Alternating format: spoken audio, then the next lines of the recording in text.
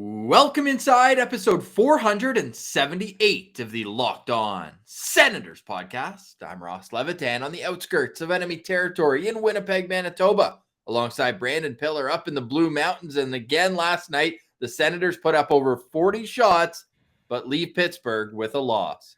Yeah, it was another great third period, Ross, though, and the process is definitely there for this team, but they just couldn't quite get the result they wanted. Lots of positives to get into, even though it was a 6-4 loss, and we got a weekend full of games coming up, too. Saturday against the Washington Capitals, Sunday in Columbus. We'll preview both those games. I've got some negatives from last night's game as well. It's not all rosy when you give up 6 goals, so let's get into all that and more. This is the Locked On Senators podcast, your team every day. Locked On Senators, your daily podcast on the Ottawa Senators. Part of the Locked On Podcast Network, your team every day.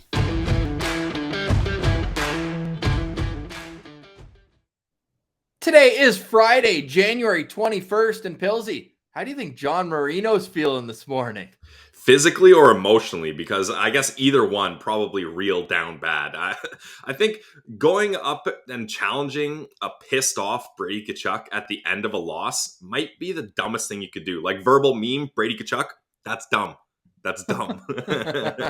His own meme. You don't Exactly. You don't get that often. And I read this kid went to Harvard. I don't know about that. Oh, geez. Yeah, come on. I mean, hey, no street smarts there. That's all book smarts. Hey, he got the beanpot beatdown right there from Boston University's own Brady Tkachuk at the end of that game. Brady had a hell of an effort. 9 shots on goal for Tkachuk, and a lot of those were in the third period when Ottawa stormed back. They were down 5-1.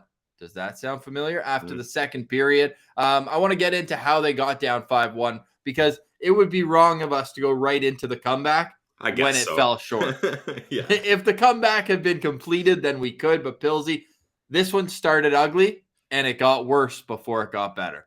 Yeah, and I think, like, if you're Anton Forsberg, I kind of feel for the guy. He's been put in a weird spot here. I mean, we weren't even sure, like, was Matt Murray going to back up? Like, what's going on here? Is he coming on the trip? Like, is he coming to the rink? Yeah, so being Anton Forsberg, you're just, like, sitting, waiting to see what they decide to do with Matt Murray, and then they're like, okay, he can't go, so we'll just put you in there. Like, I don't know, it just feels weird if you're Forsberg. So I don't put a whole lot of blame on him. But that first goal, Ross, that was a mirror image of Buffalo's first goal. Holden, one-on-one battling with the guy entering the zone. A pass attempt or stick handle, bobbles, hits his skate, and then the player immediately takes it off his skate and whips it at the net. And Forsberg's not ready, partially screened by Holden. But you can't have that be the opening goal 2 nights in a row, especially the same defenseman. Like, it was just weird to see that. So that was just about 5 minutes into the game. Dominic Simon assist from Jeff Carter. And at that point, you're like, okay, it's 1-0. I know that Pittsburgh is an elite team when they score first, and Ottawa is the opposite of that. You could say that for a lot of teams around the league. Pittsburgh with 19 wins, well, now 20 wins in 23 games when they score first. So that in itself is pretty impressive, whereas Ottawa only has 3 wins in 20 games when they allow the first goal. But they certainly made the most of their next opportunity. Drake Batherson gets his own rebound off a great pass from Nick Holden to spring him out on a rush. So Nick Holden takes and then he gives. And this was just all Drake Batherson, though, finishing off the play. Great stick-to-itiveness to take his own rebound, go backhand and upstairs on Tristan Jarry. What'd you see on that goal? Yeah, I mean, that's just a play where it's Batherson being like, I want this more than the next guy. Like, that defenseman was right there, and Batherson just made sure he pounced on that rebound and got it top shelf. So great goal by Batherson. And if you're Drake, that's got to feel good to score the opening goal for your team with Sid watching. That's got to be one where in their summer trainings you can kind of poke fun and say, yeah, remember that one, Sid? We don't often see Drake Batherson lead all forwards in ice time. 22 minutes and 31 seconds. That's got to be a career high for Drake Batherson. Probably, yeah, for 22-30? Yeah, it's got to be. I mean, he was having a real good game. That whole top line was having a good game. This is, we're jumping a little ahead here, but they had 20 shots on goal. And each of them had 2 points. So that's a solid game from your top line, and really, there's no fault to be had on them. No, but what did you see afterwards as things broke down? Oh, dude, Batherson played 24-40 against Buffalo. Wow. Okay. Whoa. Whoa. My God. That's insane. I would not have guessed that. Crazy. I was just looking up what his career high is in ice time. Last year, he hit 21, was the only time he got over 20 minutes. So, yes, certainly up there in terms of career high ice time, although that Buffalo, that jumped off the page. However, it also jumped off the page in a negative way, how Ottawa responded after tying this game at 1. Yeah, and my lookout player, Ross, he showed up tonight. Evgeny Malkin just keeps things going. And that was a tough goal, the second one, too, because it was a point shot that gets tipped, and Forsberg makes a save on the tip, which is pretty solid, but that's a bouncing puck. He has it right in front of him. He's trying to cover it, but again, big, strong Malkin. Like, if he wants to take that puck from Forsberg, struggling to cover it, he's going to get it. He's going to outmuscle you, and he gets it and buries it, and that's just classic Gino, and that makes it 2-1 at that point. Let's get into how it became 3-1 the first time. Yeah. This was not a pretty goal on Anton Forsberg, where the puck is below the face-off dot between the goal line on the far side, on his glove side. And you see this more behind the net when you're trying to be able to poke the puck, where you flip your blocker and you're trying to just use the back side of your blade. Yep. But this time it hits the blade and goes right past him. That one was a stinker. But DJ Smith's elite at challenging. You got to give the Sens video coach credit, because 100%. He's right on the ball. And I got to think they have one of the best challenge percentages in the league this year. I would agree with you. Like, I can't think of a challenge gone wrong. Can you? No, not off the top of my head. I mean, I think there probably has been one, but yeah, it doesn't stand out to me. That's for sure. So I would agree with you. Way offside. Yeah, that was very offside. Way offside. That was one where you watch the replay and right away you're like, yep. Let's keep this moving along. But back to the Forsberg play, and I talked about this on the postcast. As a House League All-Star goaltender, that is a classic move when you don't trust your defenseman. Like, I was pulling that kind of crap all the time because I had to act like a third defenseman. And no offense, but backdoor, there was a player there, and the defenseman covering him was Josh Brown. So, do I fully blame Anton Forsberg for being like, hey, I might have to do a little extra to try to stop that cross-ice pass? No.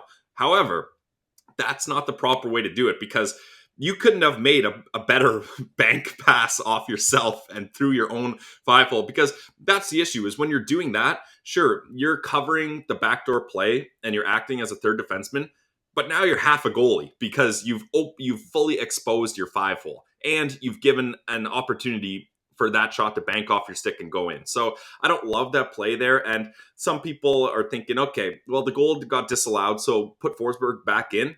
No, not a chance. And DJ Smith talked about it in the post-game presser, Ottawa Sun reporter, and he kind of insinuated that DJ Smith might have been thinking about getting Forsberg in if I kind of... Because he would have done that. Exactly. If I picked up on that correctly, and DJ was like, no, I just knew he didn't have it, and that was it. So that's the right play, because if you pull a goalie out, your mind is in a million different places. It's so hard to just focus, and then you're probably pissed off if he puts you back in. Like, oh, now you want me back in? Like, so I think it was the right play. Once you pull a goalie, you pull him. He's done. You need to be absolute with your decision. There's no wishy-washy kind of decisions there. So I thought it was the right move to keep him on the bench.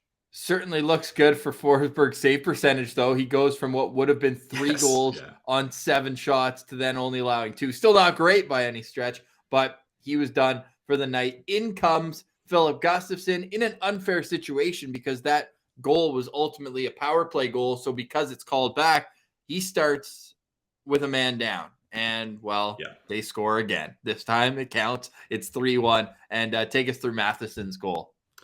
Man, Matheson looking like an all-star this game. First star, 2 goals and an assist. Like, sheesh. But, in my notes, I've got Bluger sends it to the net. McGinn gets a quick shot. And McGinn does a weird, through the legs little chip play. Which seemed like a weird time to do that. But, hey, it ended up being effective because Gustafsson was not ready for that. And he couldn't pounce on that rebound. And then Matheson... He follows the play, so you got to credit him there. Not really an offensive defenseman, but he follows the play, heads to the net, and banks in that rebound. And then now, for realsies, it's 3-1 Pittsburgh this time.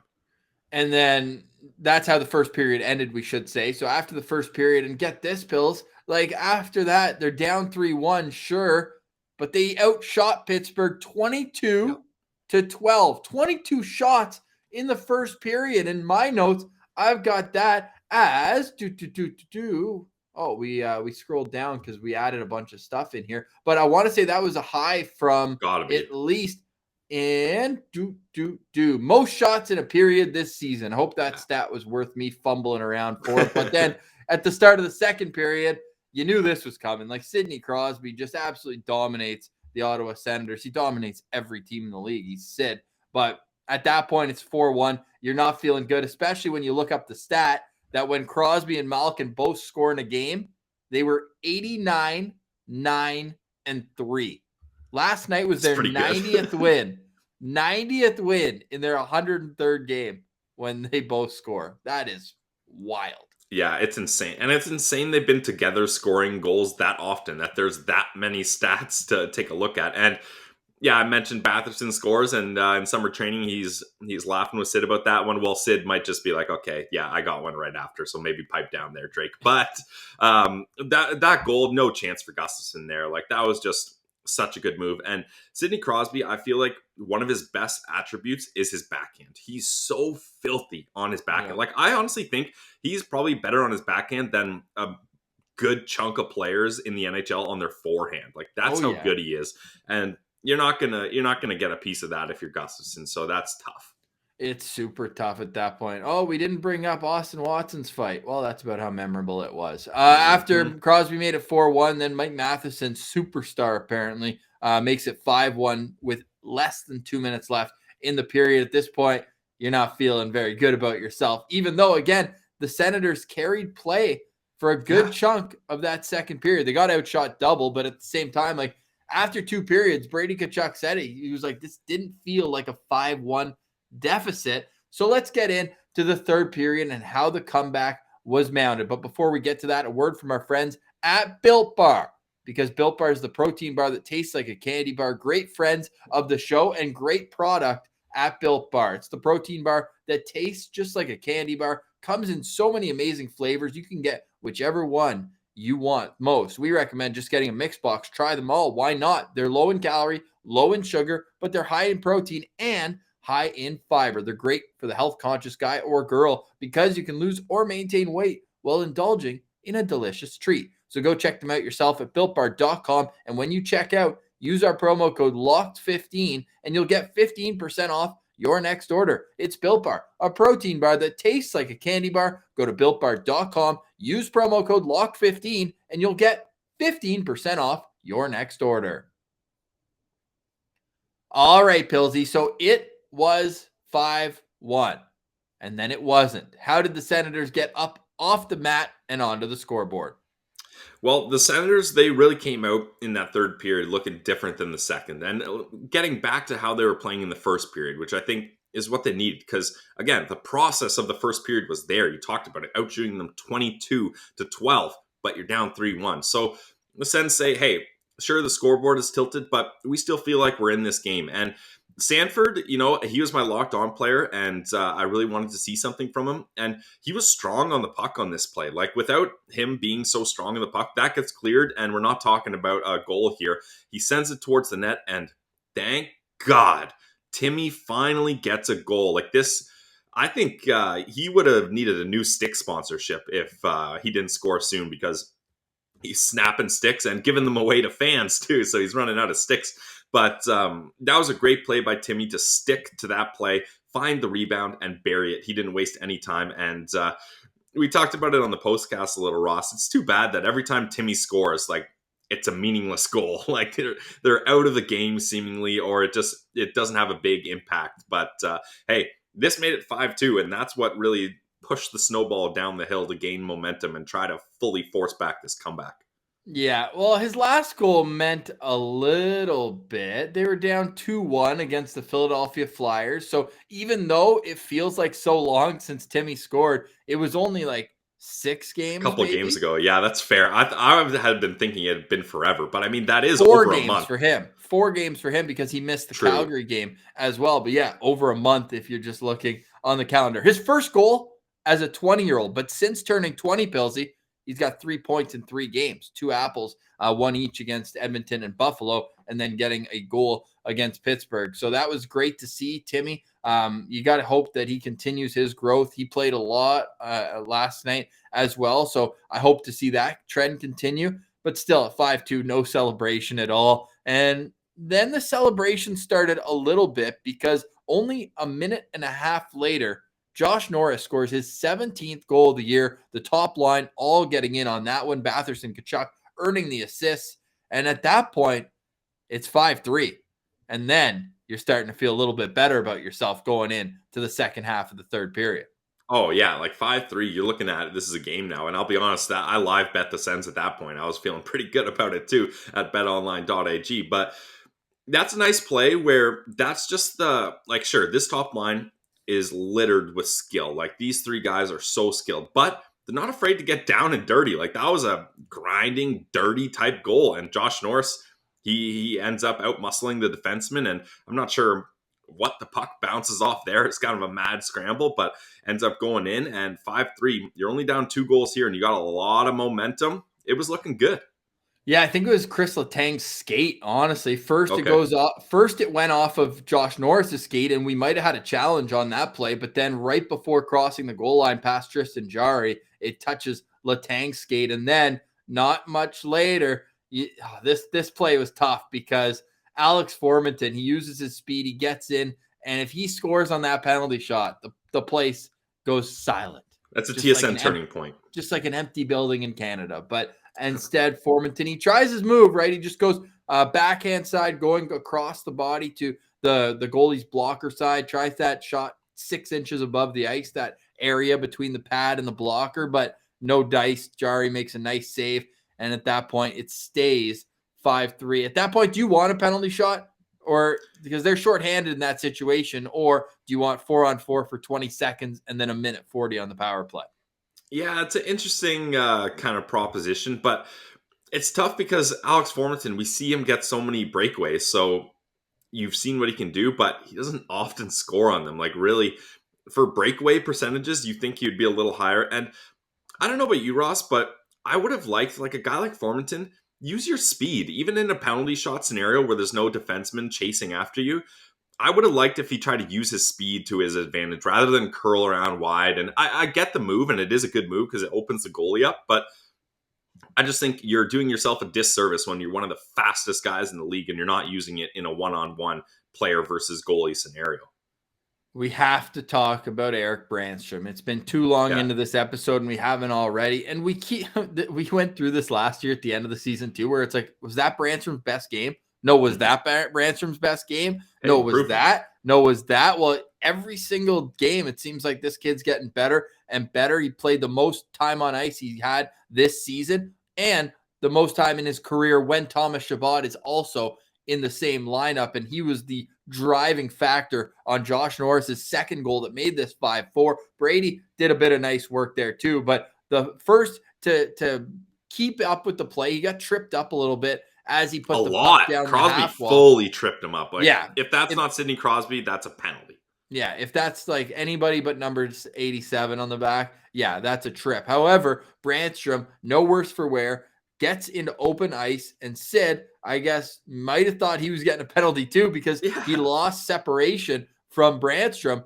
and then that backhand feed misses the poke check of Matheson and puts it right on Norris's blade. Norris with the classic goal scorer's move, even though it was in tight, one knee down and just plowed it right into the goal. That was an absolute beauty. Oh yeah, Norris is going to find a way to put that in the back of the net for sure. And I just really want to applaud Brandstrom on this play. Like I said in the postcast, I think last year's Brandstrom would have given up on the play and been pissed off that Crosby just tripped him up, took him out of the play, and there was no penalty. And maybe, you know, he just kind of hangs out and goes back to the blue line to make sure a turnover doesn't happen. But this year's Brandstrom, and especially, I would even say like this week's Brandstrom, has been a whole different player. Like, he's playing so scrappy out there. He's throwing hits. he gets knocked down still, sure. But like that's one of the biggest things we talk about Brandstrom is he gets hit so hard, but he just pops right back up now. It's not like, ooh, like he's crunched and he's a little bit in pain here. Like he just hops back up, doesn't get upset about it, joins the play, makes a smart play, and gets his first point of the season. So I love to see that from Brandy, and you could see the excitement on his face when Norris got that goal. Like he was pretty joyful there because it had been a long time. Like even though it was only this is his 7th or 8th game, not very many, but this has been a long season for Eric Brandstrom, and for him to finally get that monkey off his back, even though it's only an assist, was a pretty big deal for him. So I'm happy for the kid. Primary assist though, Pilsy. Come on. Yep, there we go. Yeah, definitely a good one. And yeah, like just his movement with the puck, he's so much more confident. Anytime there's a loose puck, he's so ready to pounce on that and skate it up the other way. He's making good breakout passes. I even find his gap control is a little bit better. And for a small guy, you need to have really smart gap control because you don't have that reach that makes things easier. You don't have that radius around you where you can get a stick on something. So you really got to be playing aggressive with your gaps. And I just think for DJ Smith to trust it, like, I don't know about you, Ross, but I never had Brandstrom penciled in beside Shabbat. No, but it's working. Exactly. In all of our kind of mock-ups and like projections, not once did I think like, okay, yeah, Brandstrom's probably going to spend some time with Shabbat, but it's working out really great. And if you're Brandy, that's got to be nice that DJ Smith's starting to trust you there, because I don't know about you, Ross, but I'd rather play with Thomas Shabbat than Josh Brown. Oh, really? And we can't gloss over the fact that was Josh Norris's 2nd goal of the game. It's his 3rd multi-goal game in the last 7, and he has 10 goals in his last 12 games. He's 22 years old. Contract year. There's still people out there that think he's a number 2, number 3 center on most teams in the NHL. Oh, he's just a number 1 because he's in Ottawa. This kid's an absolute stud. What are those Sharks fans? Yeah, probably. He's also got 2 assists, so he's at a point per game over his last 12. Whoa, if I go back actually a little further, he's got 16 points in his last 17 games, and that's par for the course for Josh Norris, who is putting up an incredible sophomore season. He's already at 26 points, Pills. He had 35 last year, and he's got 24 games until he matches his season total in that. So just a truly incredible year of growth for Josh Norris, and let's hope that continues, because the more success he has, the more success this team will have as well. Unfortunately, the comeback fell short. They had a couple good shots, but none where you're like, oh, they got so close near the end of the game. Yeah, and Ross, that's where a team that has the pedigree, that has a championship pedigree like the Pittsburgh Penguins, they might give you a little wiggle room. They'll bend, but they're not going to break. Like that's a Grant Fuhr special, back in the 80s Oilers. He's like, as long as we're winning, doesn't matter. If it's 6-1, I make it 6-5, we're still winning. Exactly. Yeah, exactly. So, and that's a thing where it's tough when you're going up against a team that has so much experience and they're so healthy, like no real major injuries for that team. So you're probably not going to fully get that comeback. And it's funny because, Ross, this was like Pittsburgh's version of the Ottawa-Pittsburgh game, right? Like Ottawa went up 5-0, Pittsburgh almost comes back, but not quite. Very similar here, right? 5-1, and then Ottawa almost makes it, but not quite. Wow, I'd forgotten about that. Interesting. So then there's an empty net goal at the end. Jake Gensel scores, 21st of the year. Pretty impressive, but they lose 6-4, the final score. But the good news is when you're in a stretch of now 49 games in 98 days, you get right back on the horse. We're going to preview both games on the weekend. I also want to get into a question that was asked from one of our subscribers on YouTube, Duker Blanchfield, asking if we could discuss what's going on in the crease in Ottawa. Of course, goaltending, probably the difference in last night's game. If you don't go down that much and you have that same effort in the 3rd period, you're probably looking at a 2-point situation for Ottawa. So we'll get into that after. Pilsy, I believe you have a word from one of our sponsors. Yep, and it's BetOnline.ag. And Ross, I think maybe we'll try to stick to the Levy locks here, other than Pilsy's parlay, because our lock was hit the over, and boy, did the over hit. That's for sure. So if you guys were following along with our BetOnline.ag ad, you would have heard that, and you would have been off the sideline and into the action. And if you're a sports gambler, if you like spending your night on the couch, putting a couple shekels on the game to get a little excited, BetOnline.ag is the spot for you. It's a trusted sportsbook of the Locked On Senators podcast. And since you guys are loyal listeners, we're going to hook you guys up with a welcome bonus promo code. So how do you do that? Easy. Go to betonline.ag today and make a free account on the website. Then, once you got your account all made, decide how much your initial deposit's going to be. Let's say you put $100 in for your initial deposit. Put our promo code Locked On in, and you're going to get 50% welcome bonus of whatever your deposit is. So, $100, 50%, you're getting $50, bingo, bango, bongo, into your free play account, and you've got some money to wager on NHL, NFL, NBA. They've got it all on betonline.ag. So check it out today, guys. Go make your free account. Use our promo code Locked On to get a 50% welcome bonus. It's betonline.ag, your online sportsbook experts. All right, Pillsy. So now the Senators have had back-to-back games with 40-plus shots, but they've got no wins to show for it. However, lots of talk, and we discussed it more on the postcast. I'm not going to get into it as passionately today, but you're welcome to go check out the postcast wherever you download Locked On Senators, on YouTube as well. We're live after each and every Ottawa Senators game. If you don't mind hitting the thumbs up button, it's easy, it's free, and it goes a long way. For us, the subscription is even better. But we talked about the goaltending, and not only the fact that Matt Murray was in the building getting his ovation for winning back-to-back cups. Great job. The Sens posted that montage, by the way. Don't think I needed that. But at the same time, like, how I'm at a loss. I really am. Because are they expecting too much from Anton Forsberg? Like, that might be the perfect way to start the conversation, because he's a $900,000 goalie who's been on waivers 3 times in the last year. And they're asking a lot from him. Yeah, but I don't think they want to be asking so much from him, right? Like, anytime you sign Their a goalie starter doesn't play. Yeah, you sign a goalie like Matt Murray and you give him that contract, you're expecting a lot of things. And really, Forsberg was just supposed to be an insurance here. Now he's a major piece of this puzzle, and he's being used quite often. And if not, yeah, he definitely has the most wins this season. Like, it's crazy what they've had to rely on him for. And yeah, look, I don't fully understand what's going on here. Like, for Matt Murray to be questionable to back up, and then they decide he can't back up. They're not even sure if they're going to take him on the trip, and then he's there. And yeah, I get it. He's been going through some struggles, and Pittsburgh's going to be doing the video, so you want to have him there. Maybe be like, all right, Matt, remember when you won 2 cups? Remember when you did that? Let's get that pedigree back in Ottawa now. But I don't know enough of the situation to fully comment on it, but it definitely throws a wrench in the Ottawa Senators' plan, and it's not fair for Forsberg. And for me, Ross, mostly it's not fair for Gus. Like, Gus hasn't played an NHL game in so damn long. Started one. Yeah, exactly. And this is how he ends up getting back into this game.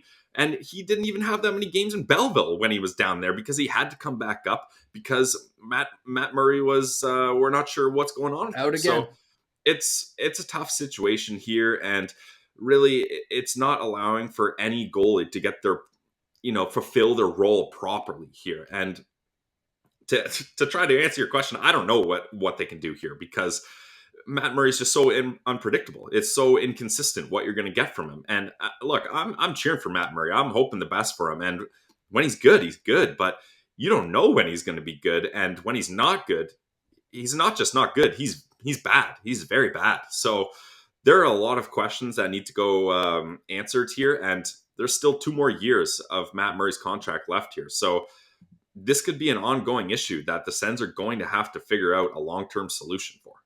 And those last 2 years of his contract, he's making $8 million. Yeah, big bump in up. Real money. $8 million. And he's played 9 games this season. He has 2 wins. And I don't want to get off topic too far, but like, everyone's like, oh, he had 2 amazing games in Alberta. He had an .892 save percentage in Edmonton. Edmonton blew a 3-1 lead after the second period. Anyways, yeah, it's still a win. A win's a win. And in Calgary, he was unbelievable. In Calgary, he was the reason they won that game by the amount that they did. I just, from an optics perspective, it didn't really sit well for me that he's up there smelling his flowers and no mask, illness, and than he's watching his teammates struggle on the ice. I think a video tribute, it would have looked a lot better if he was in the crease and was able to just put his helmet up and look up at that one. But again, we don't want to speculate too much because we don't know if it's something going on. Whatever it is, we don't know. But the Ottawa Senators right now need a goalie, and they're paying one $6.25 million, and he's got 2 wins this year. So that's, I think, what it comes down to. Would you look at acquiring a goalie, or is this something that has to be solved internally? No, it's just something that doesn't need to be solved now. Like, if the Sens were looking at a playoff contention, yeah, maybe hover over that panic button, and maybe you're like the Edmonton Oilers and you're sweating through your suit if you're a general manager trying to explain why your goalies are so terrible. I mean, I think they lost 6-0 last night, Ross. Not to get too off topic here, but the Oilers are in big trouble here. But if you're the Sens, I don't think you try to make a rash decision here because you're not in a position of power. You don't have leverage right now. If you try to make a goalie move, you're going to get fleeced because general managers know you're doing this out of desperation. So I think, as much as it pains me to say it, and you're not going to like this, Ross, you got to give Matt Murray more time because you don't have an option. And Philip Gustafsson isn't quite ready to take over. You're still trying to develop him into a goalie. And then Forsberg is just your short-term solution. Like, if we're being honest, he's probably not going to be here next season. He might not even be here after the trade deadline. So you can't really look at that route either. So I think for this season, you got to ride it out. Maybe in the off season, it's something you address, but I don't know what they're going to do here because Matt Murray is just so unpredictable. So unpredictable. Would this give you pause, though, in trading Forsberg at the deadline? That was something we were more in favor of before, but at this point, like, you need somebody in goal. And not to get, again, off topic, and yes, he struggled in 3 NHL games with an expansion team, but Joey Decord is second in the AHL with a .925 save percentage. Damn, Just saying. Why'd you have to bring that up? I'm so sad Joey was the one. I was so sure that wasn't going to happen when they announced it. I was crushed, honestly. Joey chirped you for that one. Oh, yeah, bud? Oh, yeah, you sure? Shit.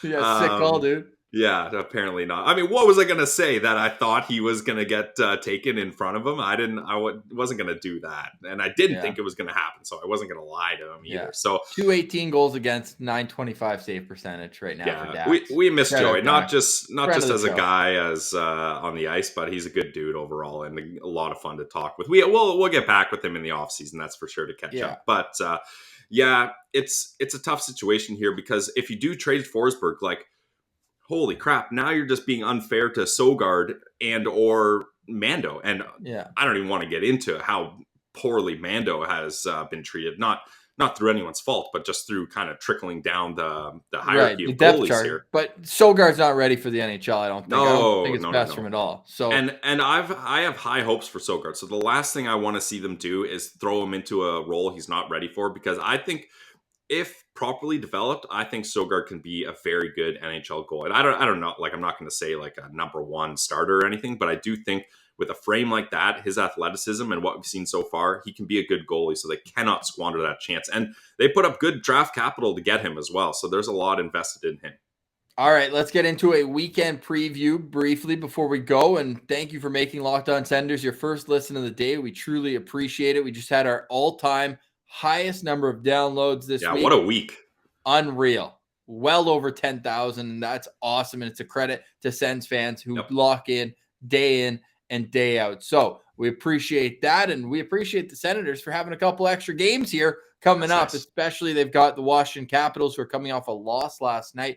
They haven't had many of those losses this year. So they're in Washington to take on this team who is now 22-10-9 on the season. Can you believe that that's only good for third in their own division? Because they've got a couple other teams right there. They're going to be missing a couple big players right now. John Carlson is still on the COVID list, although he might be coming off tomorrow. And then Anthony Mantha and TJ Oshie are both out right now. But still, this team, one that you cannot take lightly, as they've got a 36-year-old who's playing some of the best hockey of his career. It's insane what Alex Ovechkin is doing right now. And the worst part about that, Ross, is he was lighting it up without his buddy Nick Backstrom. Now Backstrom's back, and they don't even have them playing on the same line right now. So they've been able to spread, or I shouldn't say able. I guess they've kind of had to with no Mantha and no Oshie. You probably have to split them up. But man, this is a team that I would say like they're so similar to the Pittsburgh Penguins. It's crazy. Like these two teams are very intertwined. And the one thing I would say, and I guess we can get into keys of the game if we're heading that way right now, sure. is for a team that has Ovechkin, their power play is not very good. Like I'm looking at the stats here, Ross. Power play percentage. Try to guess off the top of your head where you think the Washington Capitals are. I'll say just because you sounded unimpressed, I'll say like 12th. Lower. No way. Much lower. 20th? Lower. No way. 30th. What? They are 30th. Only the Montreal Canadiens and Arizona Coyotes have a worse power play percentage. The Washington Capitals are clicking at a 15% success rate on the power play. And I can see you're looking it up here because you don't believe me, and that's fair. But it's wild that they haven't been able to have success. And that just goes to show you everyone, like Nick Backstrom is one of the most underrated players because how do you think Ovi scores all those goals with ease? Nick Backstrom is a big part of that throughout his career. I mean, mind you, I'm kind of going against my point here because he was able to have the season of his life without Backstrom, but you know what I'm saying. So if the Senators have a key here, it's don't let that power play get hot. Make sure that you continue to keep them cold because even 5-on-5, this team is tough to play against. So you cannot let a cold power play get hot up against you. So that's my key to the game is keep the power play cold. And even though the Senators, they've given up a couple power play goals now, they've given up a power play goal in alternating games. So yes, no, yes, no, yes. But if you go back to their last 10 games, because they had that great stretch. So yeah, maybe I'm stretching it out a little bit much here, but the PK is 32 for its last 36. So you got to hope that if that continues, then Ottawa could stifle a power play. And hey, Pilsy, you might want to take a peek where number 8 is on the ice when your team's shorthanded. Although, well, you know where he's going to be.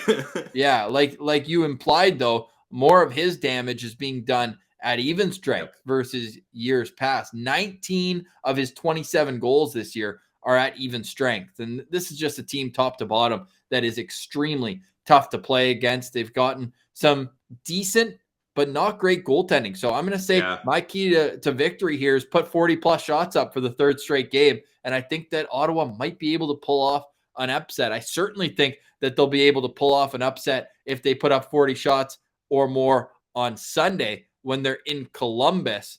Just give me a locked-on player for the Sens for the whole weekend. Who are you out your magnifying glass out for this weekend? Timmy, with assists in all those games that we talked about, he finally got a goal. I feel like he's playing with more confidence, even though he's still frustrated out there. That goal is going to help him a lot. And man, he's just playing so much better as a centerman, and it's hard not to watch him every time he's on the ice. So I'm going to be locked on to Timmy all weekend, especially in a back-to-back scenario. Will this be his first back-to-back as a centerman? It might be. As a centerman, I'm not sure. They haven't had a back-to-back since November, so I'll say probably. Yeah, so that's a whole different challenge when you got 2 games and you're playing center because it's a lot more work than just being a winger and kind of adapting to the play. You're kind of driving the play. So we'll see how he does there. And yeah, I've loved what I've seen from Timmy in the recent time here, although his minus is still not great. Although plus minus, you can't fully take that to heart. But Timmy's my guy this weekend. Yeah, and I should mention it was December 6th and 7th, so early December. They had back-to-back games, and then after that back-to-back was the shutout over Tampa. So just about how long ago that was. The second half of that back-to-back was the Islanders' loss in early December there. So that's a good one, though. I like it. I'm going to go with Eric Brandstrom, though. I want to see if he can do this consistently over a tight period of time here with 3 games and 4 nights. Perfect show-me time for Eric Brandstrom to continue really expanding his role and his impact on the game because it's looked awesome over this last stretch when he's in. And I just want to see him continue to blossom here before Sanderson makes his mark. Sanderson in action tonight with North Dakota. They're in Western Michigan. Western Michigan, that's a team who Tyler Clevin scored his first NCAA goal on. Remember the beauty where he went short side cheddar? No offensive upside, and he just dangles a guy like that and then goes top cheese. Ooh.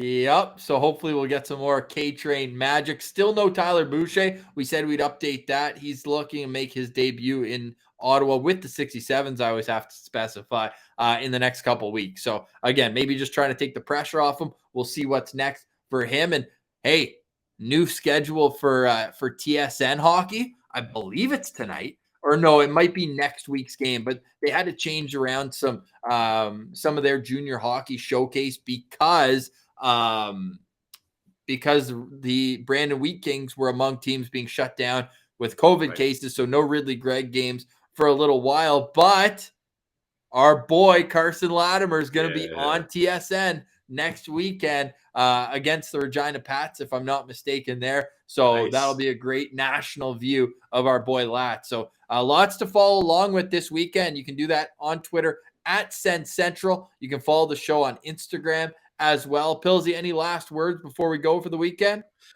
Just one little side conversation we can have here. Do you think with the back-to-back here, DJ Smith will look at getting Victor Mete in place of Josh Brown for a game here? I think not at all. He loves Josh Brown. Oh man, all the highlights that I've been watching, Josh Brown seems to be on the ice for every single goal. Maybe it's a bias in my head and I'm just looking for him and he's there, but he has not played good, and he hasn't even played physical. Like we haven't seen that physicality from him. I mean, there was one hit in my recent memory that was a nice hit, but like other than that, not too much. And Mete hasn't played in quite some time now, so I think if I was DJ in a back-to-back situation, I would swap Brown out for one of those games. We're going to find out sooner rather than later. The Sens are on the ice in about an hour. We are, again, early morning recording here on a Friday, a work day for some. And that means that we'll tweet out at Sens Central when we know a better idea of the lineup. And one last note, Dylan Hetherington was placed on waivers. He cleared. I don't know. Haven't heard if he's assigned to Belleville or not. Yeah. Or taxi But Belleville doesn't maybe play for another week. So yeah, who knows? Exactly. This could be some sort of paper transaction here. Actually, it probably is to save some money. Let's be honest. And then we'll do that all over again with JBD.